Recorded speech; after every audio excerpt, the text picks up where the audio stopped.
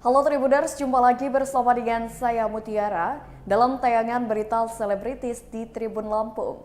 Kami akan menyajikan informasi menarik dan terupdate seputar selebritis tanah air untuk Anda. Dan inilah berita selebritis selengkapnya. Berita pertama datang dari Nagita Slavina. Fakta dibalik gaya pakaian Nagita Slavina. Artis Nagita Slavina selalu tampil cantik dengan pakaian dan make up-nya. Meskipun sudah berusia 34 tahun, tapi gaya dan fashion istri Raffi Ahmad itu selalu terlihat segar dan menarik. Namun Nagita justru mengaku tak memilih pakaian tertentu demi terlihat awet muda. Wanita yang akrab disapa Gigi itu mengaku selalu mengutamakan kenyamanan dalam memilih pakaian. Tak lupa ia menyesuaikan pula dengan kebutuhan dan aktivitasnya. Adapun mengenai selera, ibu dua anak itu lebih menyukai pakaian yang warna-warni. Namun sesekali tak menutup kemungkinan Nagita mengenakan pakaian hitam putih yang dikreasikan sesuai kebutuhan. Berikut wawancara dengan Nagita Slavina. Kedua tergantung kita nyamannya kayak gimana, namanya kalau liburan kan mainnya nyaman gitu. Berapa kali pengalaman aku pribadi juga kalau aku pribadi memang cari pasti yang nyaman, karena kalau misalnya kita mau cari gaya doang masih ribet gitu. Itu sih. Padu padannya gimana tuh kalau pagi? Padu padannya itu balik lagi tergantung. Biasanya kalau pergi lama ya pasti kita kan gimana caranya bisa mix and match. Tapi kalau pergi sebentar, karena aku juga pengen explore juga, jadi bisa bawaannya lebih banyak. Kita tergantung bagasi lah. Lebih yang ke one set atau yang lebih ke acak aja nih? Kalau aku sih biasanya tergantung kebutuhan sih gitu. Kadang-kadang kita ada pergi yang memang benar-benar liburan atau mungkin memang ada kerjaan juga gitu. Jadi memang biasanya aku campur sih. Tapi menurut pengamatan Kak Gigi, kira-kira fashion di 2023 itu akan style seperti apa? Kalau aku lihat dari beberapa pagelaran challenge sebelumnya sih kayaknya mungkin akan lebih berwarna ya gitu di tahun depan. Yang nggak jauh-jauh ke koleksi kita saat ini juga banyak banget. Kalau warna Kak Gigi sendiri apa sih lebih ke belakangan ini gitu?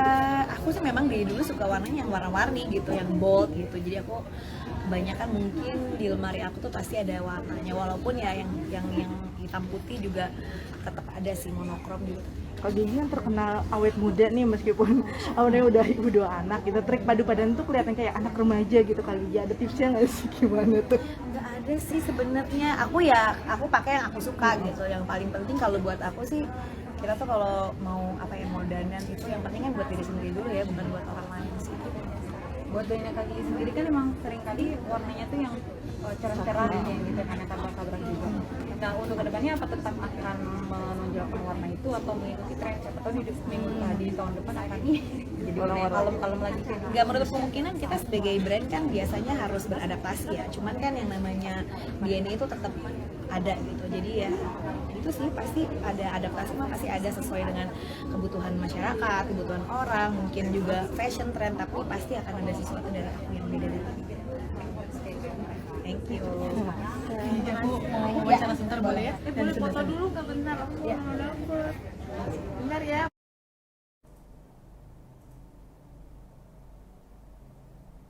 Berita selanjutnya datang dari Nikita Mirzani, alami sakit lambung di tahanan. Manajer Nikita Mirzani, Dea Hanifah mendatangi Rutan Serang, Banten pada Rabu 26 Oktober 2022 kemarin. Kedatangan Dea Hanifah awalnya untuk menjenguk Nikita Mirzani yang saat ini menjadi tawanan. Akan tetapi Dea Hanifah tak bisa bertemu Nikita Mirzani dan hanya menitipkan barang yang dipesan artisnya untuk dibawakan. Salah satu barang yang dibawa oleh Dea Hanifah yaitu obat yang memang diminta oleh Nikita Mirzani. Obat tersebut merupakan obat asam lambung, penyakit yang dikeluhkan Nikita Mirzani. Menurutnya penyakit asam lambung itu memang sudah lama dirasakan oleh Nikita. Bahkan Nikita yang meminta agar Dea membelikan obat itu untuknya. Seperti diketahui, Nikita Mirzani ditahan di Rutan Serang, Banten terkait kasus dugaan pencemaran nama baik yang dilaporkan oleh Dito Mahendra. Sebelum menjalani penahanan, Nikita Mirzani juga sempat melakukan wajib lapor ke Polres Serang Kota. Berikut wawancara dengan manajer Nikita Mirzani. Bawa baju, bawa buku, bawa kacamata, bawa obat. Itu permintaan semua dari Kaniki semua. Iyalah kak. Iya. Sempat ketemu nggak sih? ketemu Sempat dalam lihat juga nggak lihat kondisinya seperti apa di kita? Nggak di sini karena udah sore kan. Berarti nggak bisa ke dalam ya? Hanya nitipin barang-barang. Iya di mana? Kondisi anak jadi seperti apa? Anak sekarang biasa aja mas, mereka masih sekolah. Ya kalau ditanya sedih nggak sedih ya namanya anak ya. Cuman kan kalau yang dua belum ngerti. Cuman kalau Loli kan udah ngerti. Cuman Loli memang lagi fokus buat sekolah ke London kan. Jadi dia lagi fokus bimbel, fokus sekolah. Gitu. Tapi nyariin nggak? Nyariin di kita yang gitu. Kalau nyariin Iya udah nggak? pasti namanya juga ibu ya, apalagi anaknya yang paling kecil tuh, yang kecil kan dari zaman kapan juga dia nggak bisa lepas dari ibunya kan, kalau tidur harus deket kakinya lah apa gitu-gitu. Jadi maksudnya ya dia pasti nyariin gitu, sampai tadi malam aja tuh anak itu nggak tidur, jadi rewel. Menjawabnya apa Mbak? Ya kalau kita bilangnya lagi kerja pasti, Dan dia udah paham. dan dia udah mengerti lah. Ya cuman yang ditanyain karena kalau biasa kerja kan dia bisa video call, kalau sekarang kan nggak bisa kan, karena kan nggak bisa buat juga, jadi dia nggak bisa. Kak Dea hari ini besok mau datang lagi atau bagaimana? Rencananya ya kalau saya pasti setiap hari ya datang sebisa mungkin, kalau saya ada waktu dia bisa datang, tapi saya pasti ngeluangin waktu setiap hari. Kaget nggak sih Kak Dea dengan kejadian semalam? Kalau ditanya kaget sih sebenarnya kaget nggak kaget ya, karena kan sebenarnya kita juga sebelumnya udah tahu. Terus udah gitu juga apa namanya, kemarin saya juga sempat bilang sama Niki mau ditemenin atau enggak, terus kayak udah nggak usah, enggak, maksudnya dia lebih kuat lah, gue yakin banget dia kuat gitu. Oke. Oke. Oke, thank you. Bye, sampai ketemu guys. See you besok. See you besok terus Besok kita balik lagi Kak. dia balik lagi, cuman dia tetap aja masuk nganterin baju, nganterin makan. Terus apa lagi ada request lagi nggak? Ya biasanya kalau tiap harinya pasti ada request. Kalau ada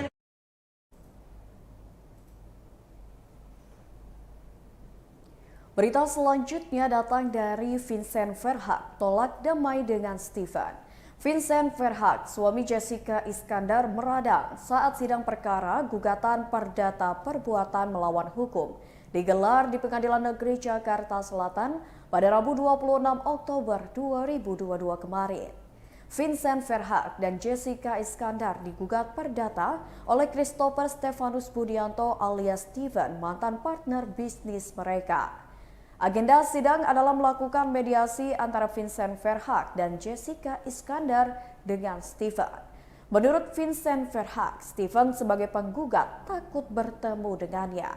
Vincent Verhaeghe dan Jessica Iskandar melaporkan Steven ke polisi terkait kasus dugaan penipuan dan penggelapan bisnis hingga merugikan 9,8 miliar rupiah. Bisnis rental mobil pasangan selebritas yang menjalani bersama Steven justru membuat mereka kehilangan 12 mobil. Sebaliknya, Steven menawarkan Vincent Verhaeghe dan Jessica Iskandar untuk menyelesaikan perkara ini dengan meminta maaf dan membayar biaya ganti rugi senilai 1 miliar rupiah. Vincent Verhaeghe pun menolak permintaan Steven tersebut. Berikut wawancara dengan pihak Vincent Verhaeghe.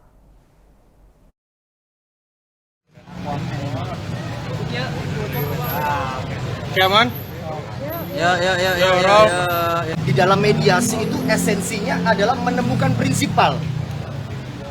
Jadi sebenarnya kuasa hukum di dalam mediasi itu mengupayakan prinsipalnya untuk hadir, bertemu dengan prinsipal lawan. Pertanyaan sekarang begini, ada nggak prinsipal atas nama Christopher itu mendaftar? Kan begitu kan? Kalau terus kuasa hukumnya yang mewakili, jadi kembali lagi ke Perma 1 tahun 2016. Kan jelas pasal 6 itu disebutkan di situ. Dengan atau tanpa kuasa hukum, wajib prinsipal tersebut hadir di dalam mediasi. Kemudian kalau diwakilkan, kira-kira saya tanya, akan menemukan nggak jalan perdamaiannya bagaimana? Kan begitu. Disitulah isu hukum yang harus dikaji juga, konsep hukumnya seperti apa. Kan begitu. Tadi katanya juga si Steve tidak wajib hadir sama sekali. Itu pernyataan dari siapa saya tanya? Kita kembali lagi peraturan Mahkamah Agung ya. Gini deh, saya bukakan peraturan Mahkamah Agung ya, yang mengenai mediasi. Peraturan Mahkamah Agung nomor 1 tahun 2016, prosedur mediasi di pengadilan. Ya, di sini di pasal 6 saya bukakan. Kita terbuka aja, lihat pasalnya. Jadi supaya jangan sampai kesesatan, fallacy of law itu bisa mengacaukan proses hukum soalnya, kesesatan hukum itu.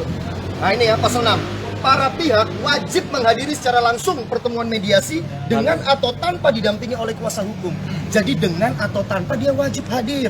Kalau ada pernyataan itu bisa diwakili, dia berlawanan dong dengan peraturan Mahkamah Agung. Kan di sini kan, ini kan konsep.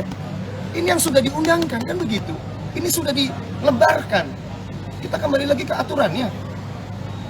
Tapi sendiri kecewa nggak sih sidang ditunda lagi dalam artian belum Kecewa.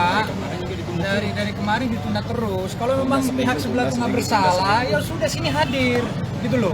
Kalau mau mediasi, ya sudah sini hadir. Ngapain nggak hadir kayak gitu? Itu kan cuma bikin ribet aja. Sekarang dia gimana, tapi dia sendiri bikin ribet. Prinsipalnya mana? Nggak ada. Saya ada kok. Itu kan. tadi juga sempat dikatakan bahwa akan mencabut gugatan ya. Bukan, win-win solution ya Bang. Dia memberikan win-win solution dalam somasi. Enggak, pihak sana dalam somasi gitu. Jadi bukan somasi, dalam mediasi. Maksudnya bisa menemukan titik tengah kalau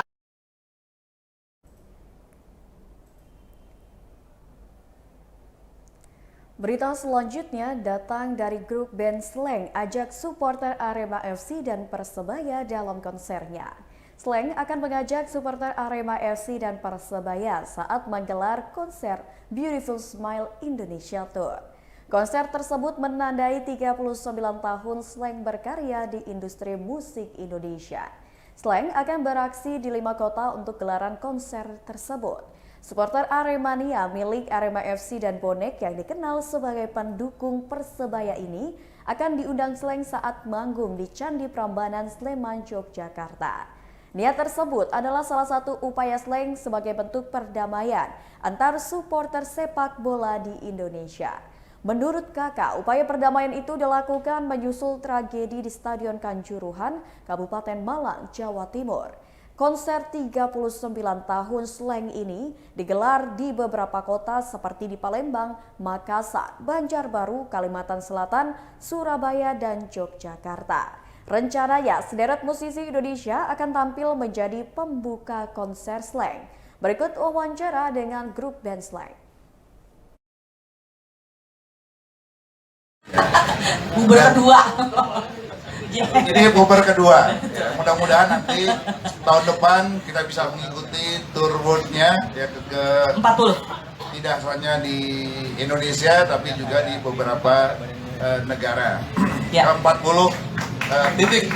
Mudah-mudahan semua berjalan sukses, aman, dan tidak ada lagi pandemi yang lain, walaupun terakhir terdengar ada gangguan gagal ginjal, iya, betul.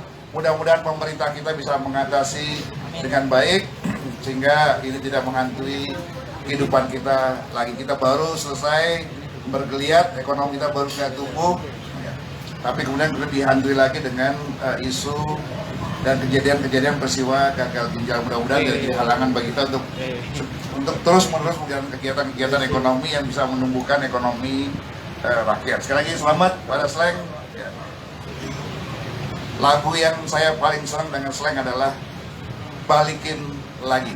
Oke, kita dengarkan satu lagu dari Pak Bamsud. Oh enggak ya? Enggak. Balikin, balikin. Tepuk tangan dong semuanya. Gue ya. Slank. Ya.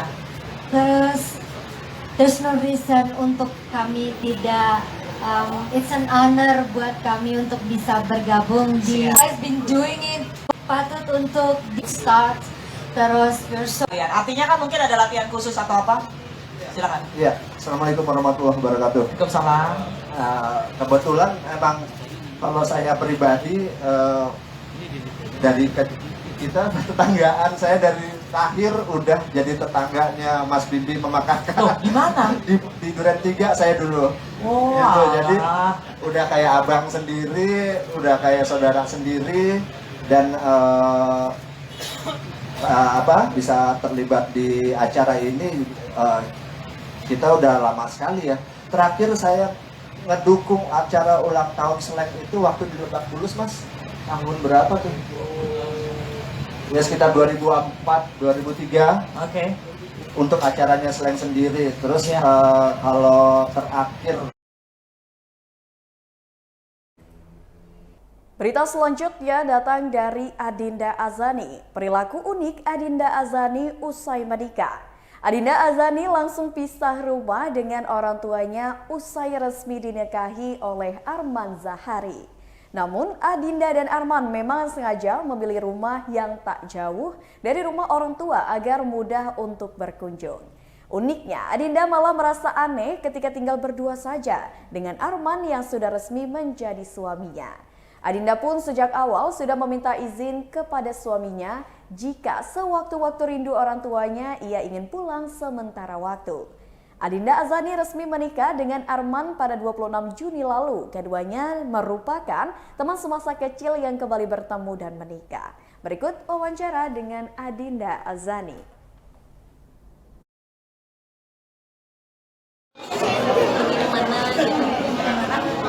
Setelah kita tahu ya, kita tahu healing itu bukan cuma sekedar waktu gimana, itu malah banyak kabur dari sesuatu yang pengen lo hindarin gitu. Tapi dari kehidupan pribadi sebenarnya agak relate juga sih sama ini oh iya ya aku belajar memang ini kan wajib banget ditonton, apalagi untuk zaman sekarang ya, banyak banget yang sama platform jadi kalian pasti sedikit mungkin apa sih yang bisa diambil kayak soal milih dari banyak sih yang bisa diambil, salah satunya kayak misalnya dari yang kamu bilang itu bisa bikin kita tuh berdamai dengan masalah. Mungkin ada hal-hal yang nggak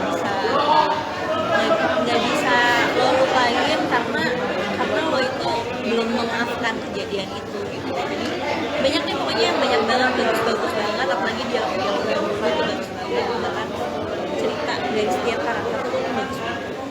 punya cerita tentang healing pernah ada ya pasti lah setiap manusia ya kan, entah itu tentang keluarga, tentang percintaan, pertemanan, udah pasti itu ada.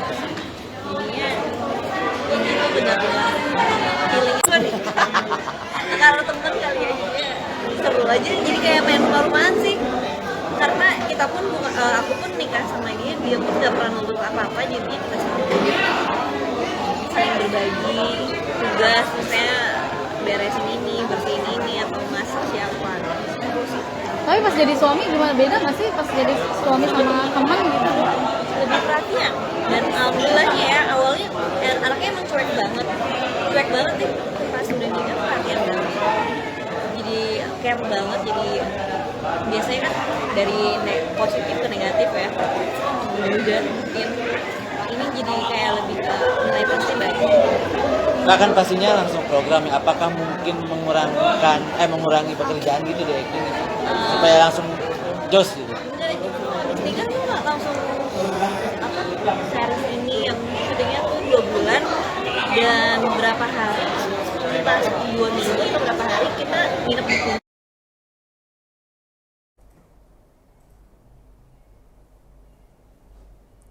Baiklah Tribuners, itulah berita selebritis bersama dengan saya Mutiara. Jangan lupa untuk terus saksikan YouTube Tribun Lampung News Video, Facebook Tribun Lampung, Instagram @Tribun Lampung, dan TikTok @Tribun Lampung untuk informasi terupdate lainnya. Selamat sore dan sampai jumpa.